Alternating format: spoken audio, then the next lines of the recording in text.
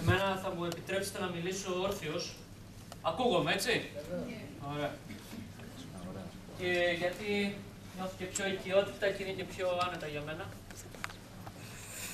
Εμείς θα κάτσουμε κάτω ως μάθημα. Ναι, μπράβο. Λοιπόν, χρησιμοποιώ αυτή την πρώτη εικόνα γιατί μου αρέσει πάρα πολύ.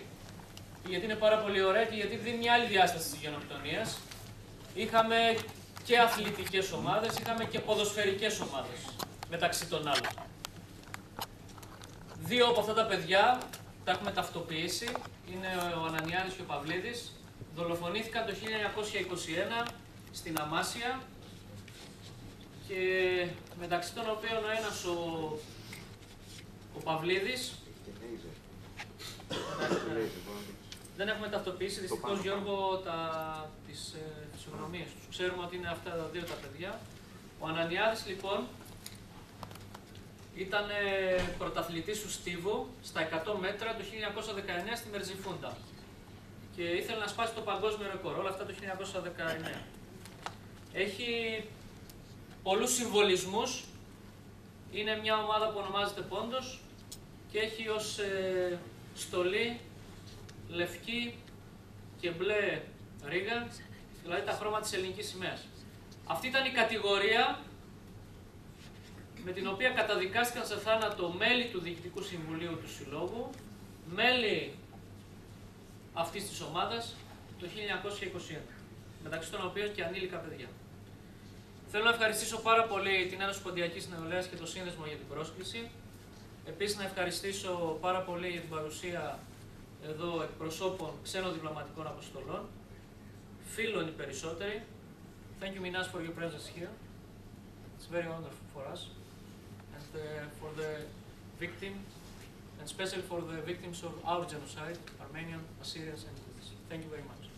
Ευχαριστώ όλους εσάς από την Πρεσβεία της Ρωσίας για την παρουσία σας και επίσης να ευχαριστήσω τους φίλους, τον Κυριάκο από την Ένωση Ασσυρίων και την συμπατριώτησά μας από την Αρμενική Εθνική Επιτροπή και όλους εσάς που είστε εδώ πέρα. Λοιπόν, θα αρχίσω λίγα πράγματα να πω συγκεκριμένα στην αρχή για το ποια είναι η στόχευση αυτής της συζήτησης. Μια στόχευση η οποία έχει να δώσει τα βασικά ντοκουμέντα με τα οποία πάνω από 1 εκατομμύριο Έλληνες από τον Πόντο μέχρι την Κεντρική Ιωνία και από τη Θράκη μέχρι τις παρυφές της Καπαδοκίας δολοφονήθηκαν σε ένα διάστημα περίπου 10 ετών από ένα συνολικό πληθυσμό πάνω από 2,5 εκατομμύρια. Βέβαια οι αριθμοί είναι ένα ζήτημα. Στηριζόμαστε πρώτον στην απογραφή που έγινε το 1914 από την τουρκική τότε Οθωμανική επικράτεια, η οποία έχει πάρα πολλά προβλήματα, και από την απογραφή που έγινε το Οικουμενικό Πατριαρχείο, το οποίο Οικουμενικό Πατριαρχείο μας έβγαζε πλην των μουσουλμάνων εξισλαμισμένων πάνω από 2,5 εκατομμύρια. Αν θεωρήσουμε ότι ανά 100.000 αυτή ήταν τότε η καταγραφή που γινόταν, είχαμε και έναν βουλευτή, στο τελευταίο Οθωμανικό Κοινοβούλιο είχαμε 27 βουλευτές. Άρα λοιπόν έχουμε τουλάχιστον 2.700.000. Στην Ελλάδα απογράφησαν το 1928 1.221.000 πρόσφυγες. Από το 22 στο 28 όμως έχουμε περίπου 70 με 100.000 θανάτους από μολυσματικές ασθένειες. Φυματίωση και άλλες πολλές. Και μάλιστα έχουμε σε στρατόπεδα συγκέντρωσης, τα οποία αργότερα χρησιμοποιήθηκαν πάλι για στρατόπεδα συγκέντρωσης, δυστυχώς από Έλληνες εναντίον Ελλήνων. Η Μακρόνισσος εγκαινιάστηκε ως στρατόπεδο προσφύγων το 1922.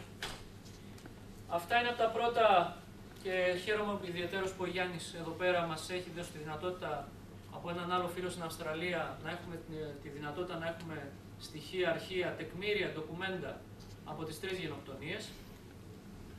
Εδώ είναι ένα κείμενο του 1922 από το New York Times, 2 Ιουνίου, που αναφέρει ένα πάρα πολύ χαρακτηριστικό νούμερο, 303.238 θύματα.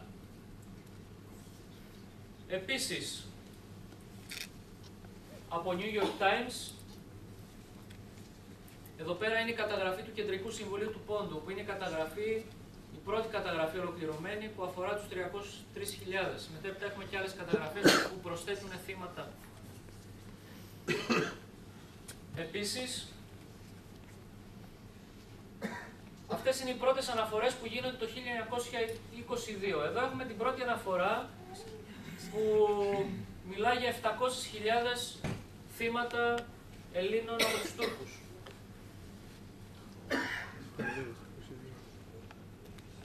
Επίσης, New York Times από το 1916. Για όσους δεν γνωρίζουν, οι Ηνωμένες Πολιτείες και ιδιαίτερα η Νέα Υόρκη ήταν μια περιοχή και ένας χώρος όπου δέχτηκαν πάρα πολλούς πρόσφυγες οι οποίοι φύγανε κατευθείαν, δεν ήρθαν καθόλου στην Ελλάδα. Επίσης, έχει ενδιαφέρον ότι πάρα πολλοί πρόσφυγες δικοί μας, αλλά και Αρμένοι και Ασσύριοι, έκαναν τα πρώτα συλλαλητήρια στη Νέα Υόρκη προκειμένου να διαμαρτυρηθούν για τη γενοκτονία.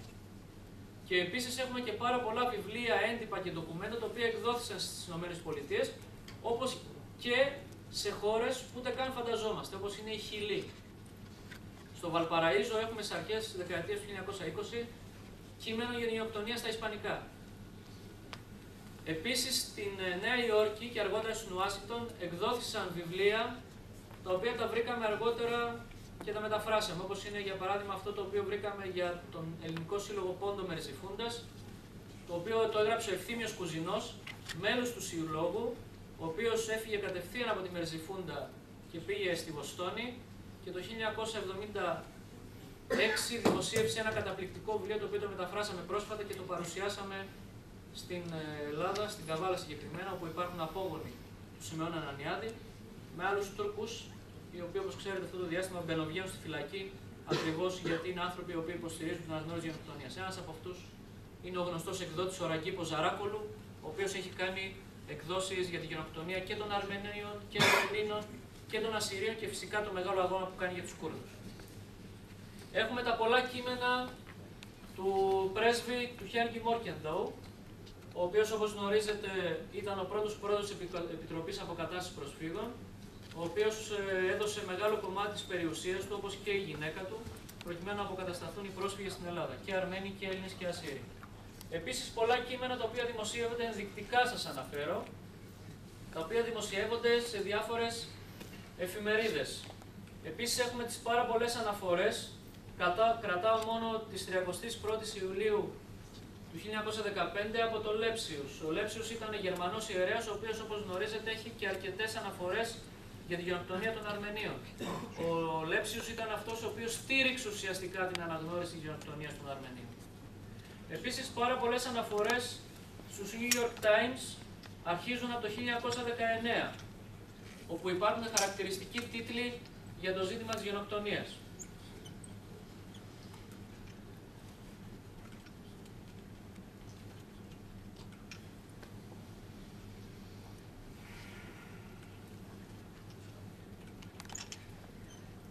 Αυτά για όποιον ενδιαφέρεται μπορώ να του τα δώσω και φυσικά μπορώ να του κάνω και τις αναφορές. Επίσης αρχίζουν εδώ οι αναφορές στους Times. Έχουμε πάρα πολλές αναφορές σε αγγλικές εφημερίδες. Πάρα πολλές αναφορές στο περιοδικό του Ερυθρού Σταυρού. Η μεγαλύτερη γνωρίζετε πάρα πολύ καλά, αλλά και η μικρότερη ενδεχομένως από αναφορές, ότι κάθε Κυριακή μετά την Εκκλησία υπήρχε ειδική εκπομπή στο ραδιόφωνο με τις αναζητήσεις του Ελληνικού Ερυθρού Σταυρού. Οι αναζητήσεις του Ελληνικού Ερυθρού Σταυρού αφορούσαν αγνοουμένους της Μικρασιατικής καταστροφής έμπολης. Μία από αυτές ήταν και η αδελφή της γιαγιάς μου, η οποία δεν βρέθηκε ποτέ. Θα κλείσω με αυτό, αλλά προθύστερα το λέω.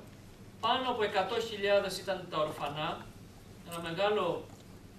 ένας μεγάλος αριθμός, και επίσης πάνω από 60.000 ήταν οι αγνοούμενοι. Τα φασιστικά και απολυταρχικά καθεστώτα, τα καταπιεστικά καθεστώτα δημιουργούν αγνοουμένους, γιατί αγνοούμενοι είναι ένας μηχανισμός δημιουργίας του ζητήματος γενοκτονίας στο παρόν και στο μέλλον. Μπορεί με το θάνατο κάποιος να τελειώνει, τουλάχιστον για όσους δεν τον θυμούνται. Φανταστείτε όμως ότι ένας αγνοούμενος παραμένει πάντοτε ζωντανός στη μνήμη μας. Και ο αγώνας αναζήτησης και ανέβρεσής του τελικά είναι ένας αγώνας ζωής.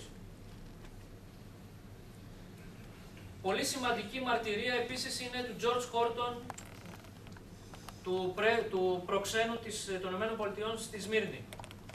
Κάποια στιγμή και οι τρεις εθνότητες, και οι τρεις λαοί, και οι Έλληνες, και οι Ασσύριοι και οι Αρμένοι πρέπει να τιμήσουν την Νάνση Χόρτον, ζει ακόμα, είναι εδώ στην Αθήνα, είναι η κόρη του George Χόρτον και νομίζω ότι μία από τις επόμενες εκδηλώσεις που πρέπει να αναλάβετε είναι να την τιμήσετε και οι Έλληνες, και οι Αρμένοι και οι Ασσύριοι, στο πρόσωπό της να τιμήσετε τον πατέρα της. Ένας άνθρωπος ο οποίος διπλωμάτης διέσωσε πάρα πολλά αρχεία και κυρίως διέσωσε μια γενοκτονία η οποία, όπως είπε πάρα πολύ σωστά ο Κυριάκος, κάποιοι με μεγάλη ύβρη την ονόμασαν όπως την ονόμασαν αργότερα. Για όσους δεν γνωρίζουν, ο George Χόρτον ονόμασε για πρώτη φορά τη λέξη συνοστισμός. Ο George Χόρτον όμως ήξερε τι ονόμασε συνοστισμός εκεί. Εδώ πέρα μιλάμε για στόχευση και ύβρι ενάντια σε ζώντες, το είπε πολύ σωστά ο Γιάννης, αλλά και σε κεκοιμημένους. Εμείς δεν δεχόμαστε πεθαμένους. Πεθαμένοι είναι όταν τους ξεχνούμε από τη μνήμη μας. Είμαστε ο μοναδικός λαός που τα κημητήριά του και τα ταφεία τα λέει μνήματα. Η πρώτη μας μούσα, ή μάλλον μία από τις μούσες μας στην αρχαιότητα, ήταν η μνημοσύνη. Από εκεί κάνουμε και το μνημόσυνο. Από εκεί κάνουμε και τη μνήμη. Στα ποντιακά έχουμε τα μακάρια, η μακαρίνα, οι μακαρισμοί. Είναι ένας ολόκληρος κόσμος αυτό. Είναι ο κόσμος της μνήμης. Φανταστείτε λοιπόν αν εξαφανιστεί αυτό. Φανταστείτε λοιπόν ότι αυτή η ύβρη και αυτή η στόχευση είχε ως στόχο τα νέα Ελληνόπουλα. Όπως είπε πάρα πολύ σωστά ο Γιάννης, δηλαδή τους ζώντες, τους επιζώντες της γενοκτονίας, οι οποίοι αγωνίζονται για αυτή την προσπάθεια.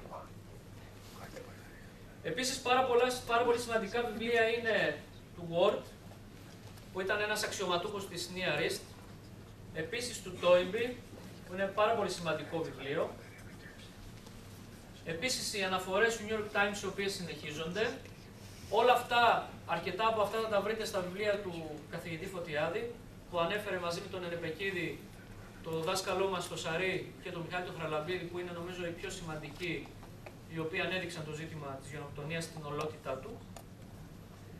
Επίσης, ένα πάρα πολύ σημαντικό τεκμήριο που συνδέεται με όλα τα παραπάνω είναι ένα βιβλίο το οποίο βγήκε πρόσφατα στην αγγλική γλώσσα, το οποίο επιμελείται μία Γερμανίδα, η Τέσσα Χόφμαν, ένας Δανός, ο φίλος ο Ματίας, και ένας Έλληνας, ο Βασίλης ο Μεχανετσίδης.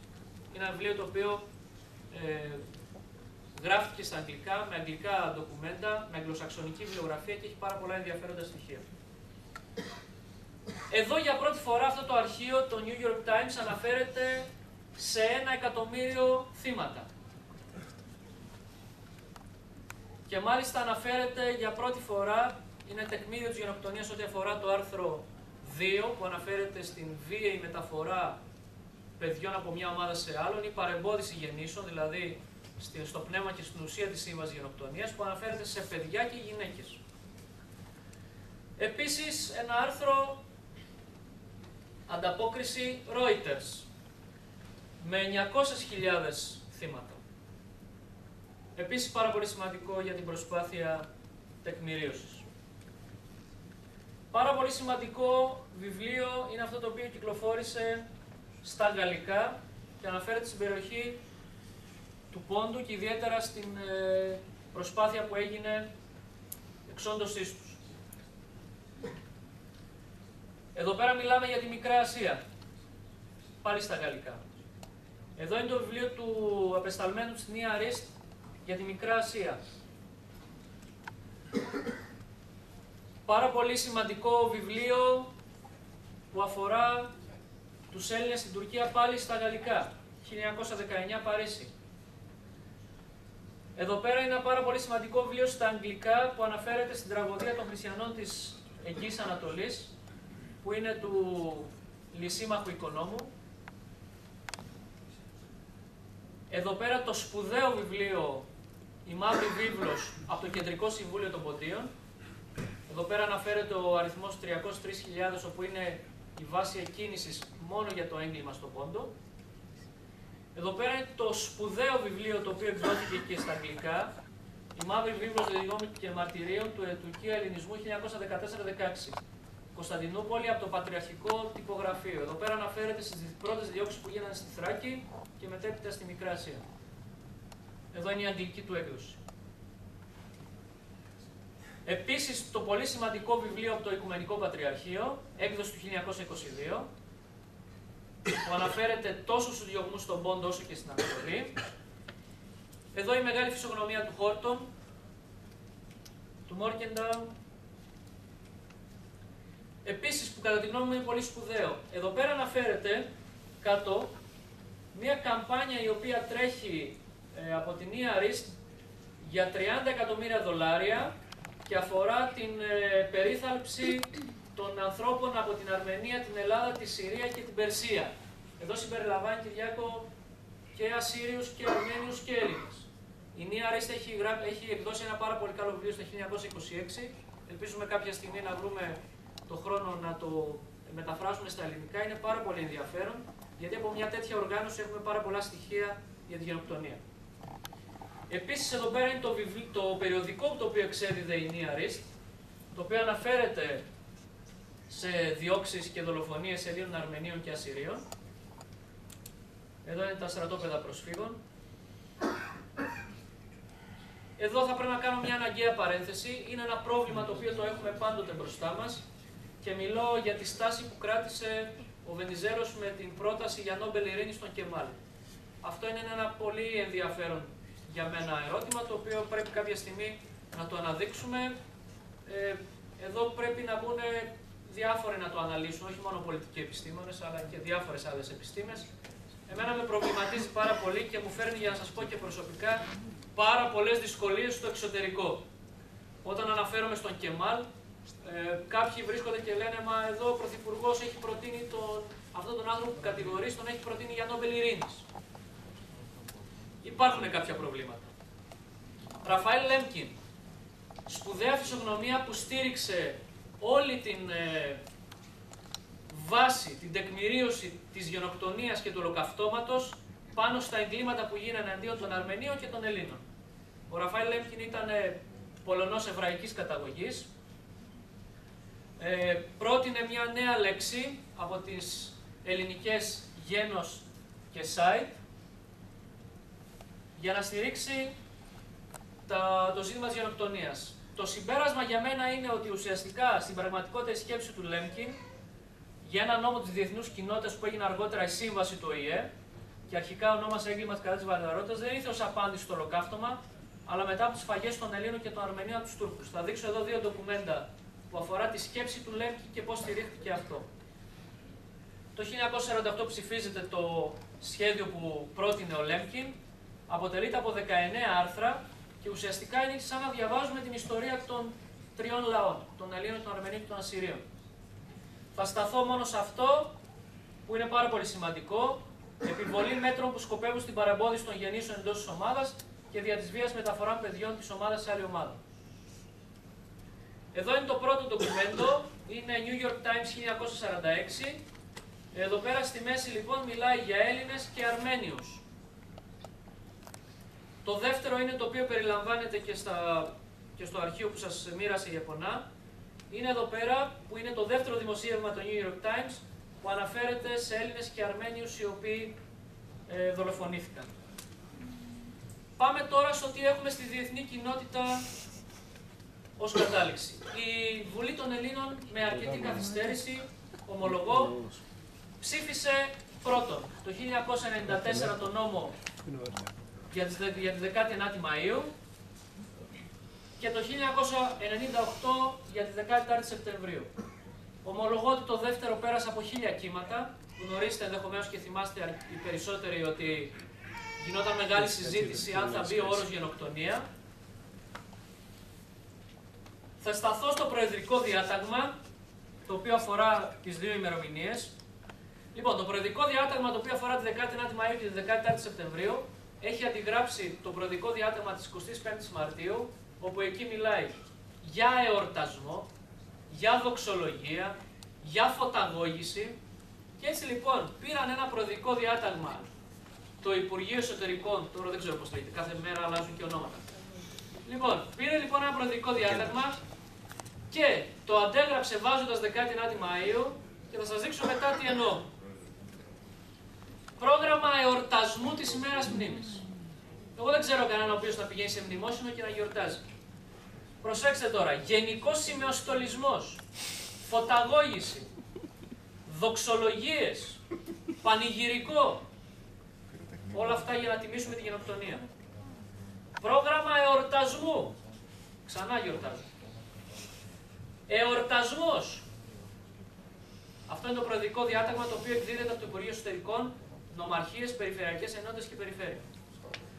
Αυτό επίσης είναι ένα ζήτημα, το οποίο επίσης με ενδιαφέρει. Το εξηγώ ανθρωπολογικά πρώτο, μετά πολιτικά και διπλωματικά. Προχτές μίλησα σε μια εκδήλωση στη Λάρισα που ήταν παρόν και ένας υπουργός, με τον οποίο ήμασταν και συμφοιτητές. Του είπα ότι εδώ φαντάζομαι ότι έρχεσαι ως πρόσφυγας, γιατί είναι προσφυγικής καταγωγής, και όχι ως υπουργός, γιατί αυτά που θα σου πω θα σε στεναχωρέσουν. Όταν έδειξα αυτό εδώ, πάρα πολλοί, καταρχήν όταν το άδειχνα αυτά παλαιότερα, πάρα πολλοί στεναχωριόντουσαν, γιατί πρώτα νιώθανε πράσινο-μπλε, ή μπλε-πράσινη, ροζ ή μαύρη, και μετά νιώθανε Έλληνες πόντοι, Αρμένοι, Ασσύριοι κλπ. Λοιπόν, αυτό τώρα είναι ένα ζήτημα το οποίο μας ενδιαφέρει εμάς. Καταρχήν ανθρωπολογικά, δηλαδή είσαι ένας από αυτούς που ψηφίζουν τα νομοσχέδια που σας έδειξα πριν. Και πας μετά και καταθέτεις στεφάνι εδώ πέρα. Πρώτον, ανθρωπολογικά. Δεύτερον, με ενδιαφέρει πολιτικά. Είσαι ο Υπουργός Εξωτερικών και ο Πρωθυπουργός. Μαζί με τον Πρόεδρο της Δημοκρατίας, σύμφωνα με το Σύνταγμά μας, εκπροσωπείς ένα κράτος. Δεν εκπροσωπείς μια μπάντα ενός τσίρκου. Δεν εκπροσωπείς μια φιλαρμονική, που ακόμα και η φιλαρμονική, μια μπάντα, έχει ένα θεσμικό ύψος. Εδώ πέρα όμως είσαι Πρωθυπουργός και Υπουργός Εξωτερικών και καταθέτεις στεφάνι σε αυτόν τον οποίο έχεις ψηφίσει ως βουλευτής ότι είναι βασικός υπεύθυνος γενοκτονίας. Και τρίτον, έχει και διπλωματικό υπόβαθρο. Ο συγκεκριμένος υπουργός μου είπε ότι, μα λέει, υπάρχει πρωτόκολλο. Λοιπόν, για να είμαστε ειλικρινείς για όσους δεν γνωρίζουν, δεν υπάρχει κανένα πρωτόκολλο. Έκανα μία αναφορά σε αυτό και πρέπει να σας την πω. Όταν το διπλωματικό γραφείο του Τούρκου Υπουργού Εξωτερικών ή του Τούρκου Πρωθυπουργού στέλνει πρόσκληση στον Έλληνα Υπουργό Εξωτερικών ή Πρωθυπουργό, υπάρχει διπλωματικό γραφείο το οποίο δέχεται ή δεν δέχεται το επίσημο πρόγραμμα επίσκεψης. Το επίσημο πρόγραμμα επίσκεψης είναι ότι πρέπει να καταθέσει στεφάνι στο Κεμάλ. Το διπλωματικό γραφείο όμως μπορεί να αρνηθεί για λόγους εσωτερικού δικαίου, εθνικού δικαίου, γιατί εδώ πέρα υπάρχουν δύο νόμοι, έτσι σας τους έχω δείξει. Δηλαδή οι νόμοι είναι για όλους εμάς, αλλά δεν είναι για αυτούς. Ένας εθνικός νόμος λέει ότι ο συγκεκριμένος άνθρωπος, τον οποίο καταθέτει στεφάνι, είναι βασικός υπεύθυνος για τη γενοκτονία. Και πέμπτον, υπάρχει και ένα ηθικό ζήτημα. Το ηθικό ζήτημα το οποίο είναι πάνω απ' όλα για μένα. Το ηθικό ζήτημα είναι ότι έτσι υβρίζεις ζώντες και κεκοιμημένους. Όπως ξέρετε, στην αρχαία Ελλάδα η μεγαλύτερη ύβρις ήταν αυτό το πράγμα. Η ύβρις προς τους νεκρούς. Αυτά δεν θέλω να επεκταθώ. Το 1994 έχουμε τη δεύτερη αναγνώριση που είναι από τη Βουλή των Αντιπροσώπων της Κύπρου. Είναι 19 Μαΐου του 1994, όπου κατατέθηκε το παρακάτω ψήφισμα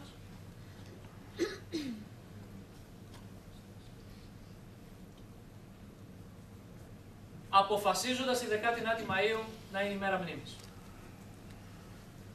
Το τρίτο ήταν η Βουλή της Σουηδίας. Εκεί θα πρέπει να σας πω λίγο το υπόβαθρο.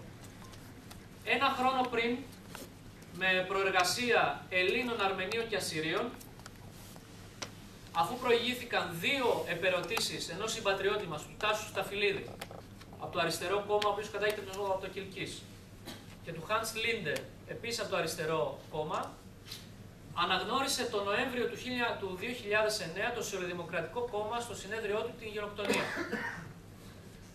Το 2010, αφού έχει προηγηθεί μια κοινή εκδήλωση Ελλήνων, Αρμενίων και Ασσυρίων με παρουσία ξένων διπλωματών, όπου είχα την τιμή να συμμετάσχω, όπου κάναμε για πρώτη φορά αναφορά στο ζήτημα της γενοκτονίας και μοιράστηκε αυτό το βιβλίο έκδοση του Συλλόγου Ελλήνων Ποντίων της Στοκχόλμης. Έρχεται μετά από ένα χρόνο η αναγνώριση της γενοκτονίας, η οποία για όσους δεν γνωρίζουν έγινε με 131 υπέρ και 130 κατά. Το 131 το έκανε μια Κούρδισσα βουλευτής, η οποία πήγε και αντίθετα στο κόμμα της. Το κόμμα της ήταν κατά. Το κόμμα της ήταν κατά και αυτή ψήφισε υπέρ της αναγνώρισης και μάλιστα το πιο σημαντικό, πρώτα ζήτησε συγγνώμη, γιατί όπως ξέρετε πάρα πολλοί Κούρδοι κάνανε αυτό που κάνανε εναντίον μας και μετά από 10 χρόνια και μάλλον τους έκανε το ίδιο. Και ζήτησε πρώτα συγγνώμη από τους επιζώντες, από τους απογόνους των θυμάτων και μετά ψήφισε υπέρ. Εδώ είναι το ψήφισμα της Βουλής της Νότιας Αυστραλίας. Στη Νότια Αυστραλία κάναμε μια παρέμβαση πάρα πολύ καλή το 2008, μάλιστα εκεί κάναμε και για πρώτη φορά ποδοσφαιρικό παιχνίδι στη μνήμη των θυμάτων της ομάδας που σας έδειξα, της ομάδας Πόντος. Υπάρχει ποδοσφαιρική ομάδα με το όνομα Pontian Eagles, ποντιακή αετή στην Αδελαΐδα. Η Αδελαΐδα μαζί με τη Φιλαδέλφια είναι η παλαιότερη ποντιακή αδελφότητα στον κόσμο. 1956 η Αδελαΐδα, 1935 η Φιλαδέλφια. Πολύ σημαντική φυσιογνωμία ο Άτκινσον, ο οποίος έβαλε το ζήτημα για πρώτη φορά Αρμένοι, Ασσύριοι και Έλληνες.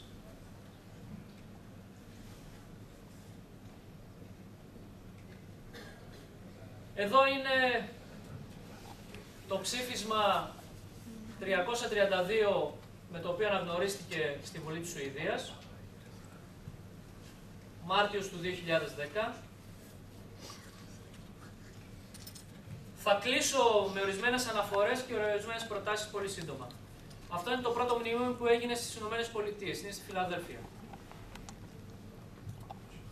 Εδώ μετά από αυτό, όπως ξέρετε για όσους γνωρίζουν, όταν έγιναν τα αποκαλυπτήριά του, μετά από ένα χρόνο ήταν προσκεκλημένος ο Μιχάλης Χαραλαμπίδης, μετά από ένα χρόνο τον ξανακάλεσαν και του απαγόρευσαν την είσοδο στις Ηνωμένες Πολιτείες.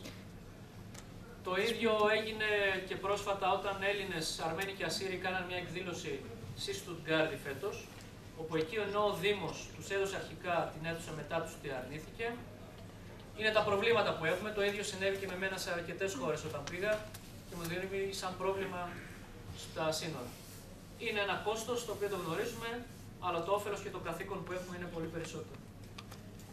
Έχουμε λοιπόν τις αναγνωρίσεις στις ΗΠΑ. Στις ΗΠΑ έχουμε πάνω από 35 αναγνωρίσεις από πολιτείες, φορείς, δημόσιους φορείς των ΗΠΑ, οι οποίες αναγνωρίσεις έχουν γίνει μετά από προεργασία και δύναμη πολλών ομογενών, οι οποίοι δεν είναι κατά ανάγκη ποντιακής καταγωγής ή προσφυγικής καταγωγής γενικότερα, αλλά είναι άνθρωποι που πιστεύουν στην αναγνώριση. Η πρώτη αναγνώριση ήταν το 2002 από τον Τζόρτζ Πατάκη στη Νέα Υόρκη.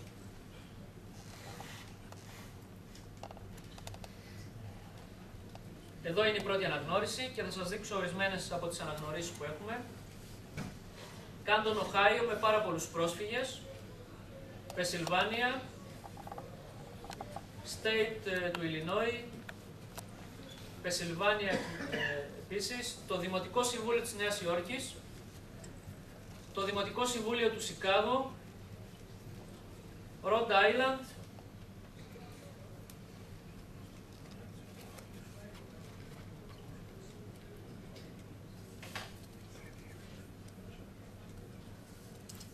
Μασαχουσέτη, Cleveland, Φλόριντα.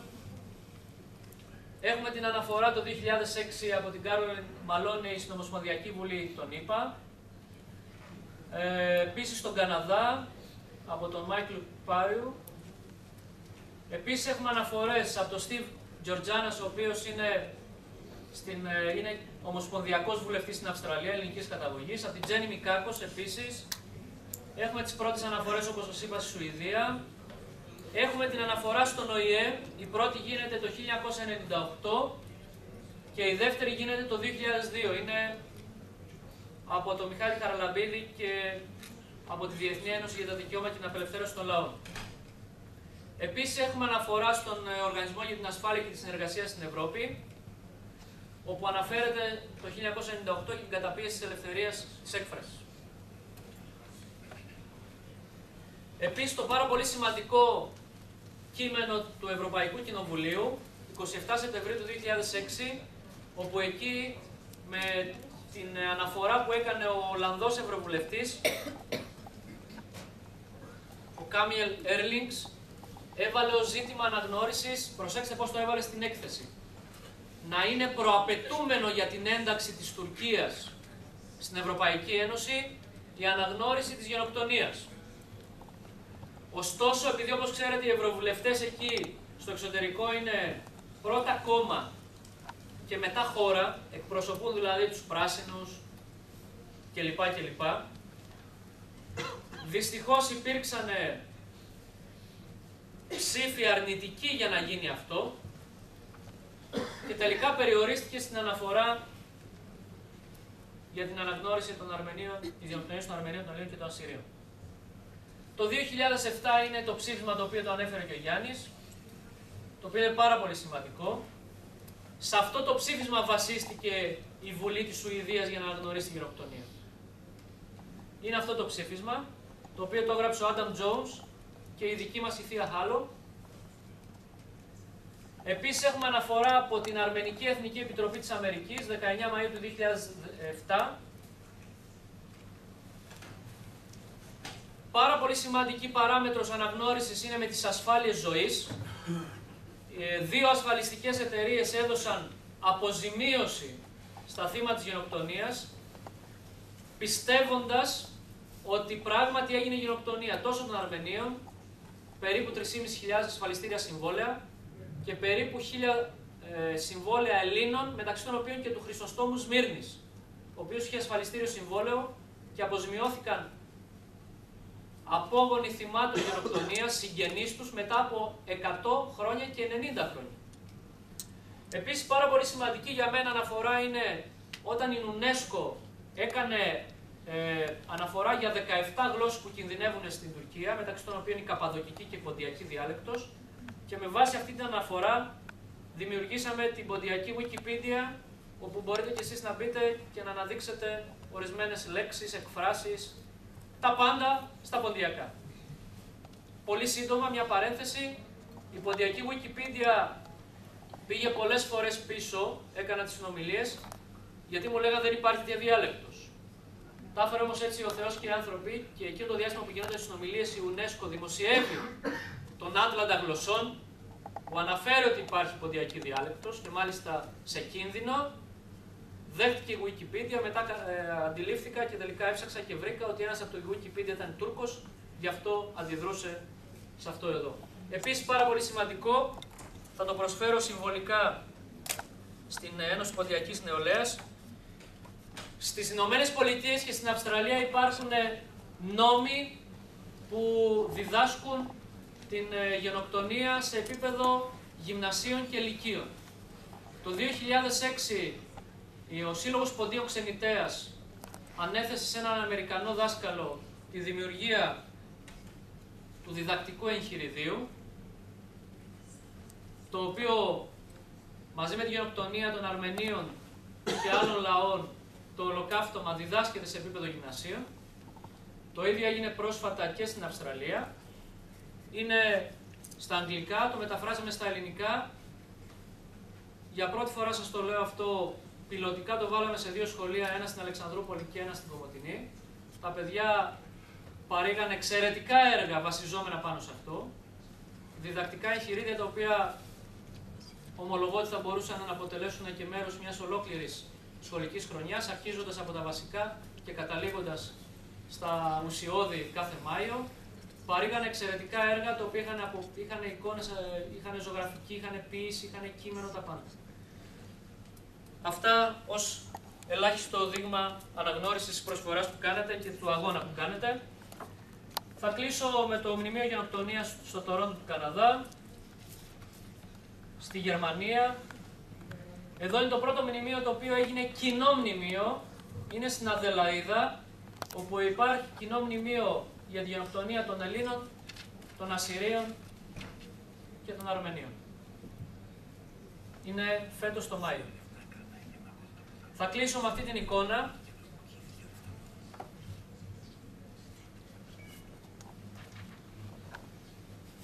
Θα πρέπει πέρα από αυτά τα οποία λέμε και λέμε 365 μέρες το χρόνο, δεν είμαστε σαλιγκάρια για να εμφανιζόμαστε μόνο το Μάιο, γιατί δυστυχώς κάποιοι εμφανίζονται μόνο το Μάιο και το Σεπτέμβριο σαν τα σαλιγκάρια, και τις υπόλοιπες 365 μέρες του χρόνου δεν μιλούν για το ζήτημα.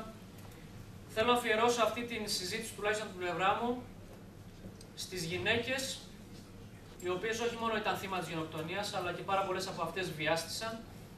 Χαίρομαι ιδιαίτερως γιατί είναι και μια φίλη από τον Ασπρόπυρο εδώ, από το Πνευματικό Κέντρο, η οποία με έφερε σε επαφή με ένα εξαιρετικό άνθρωπο, ο οποίος μου είπε και ονόματα για ένα ζήτημα το οποίο γνωρίζαμε, αλλά τώρα μου ανέφερε και το όνομα.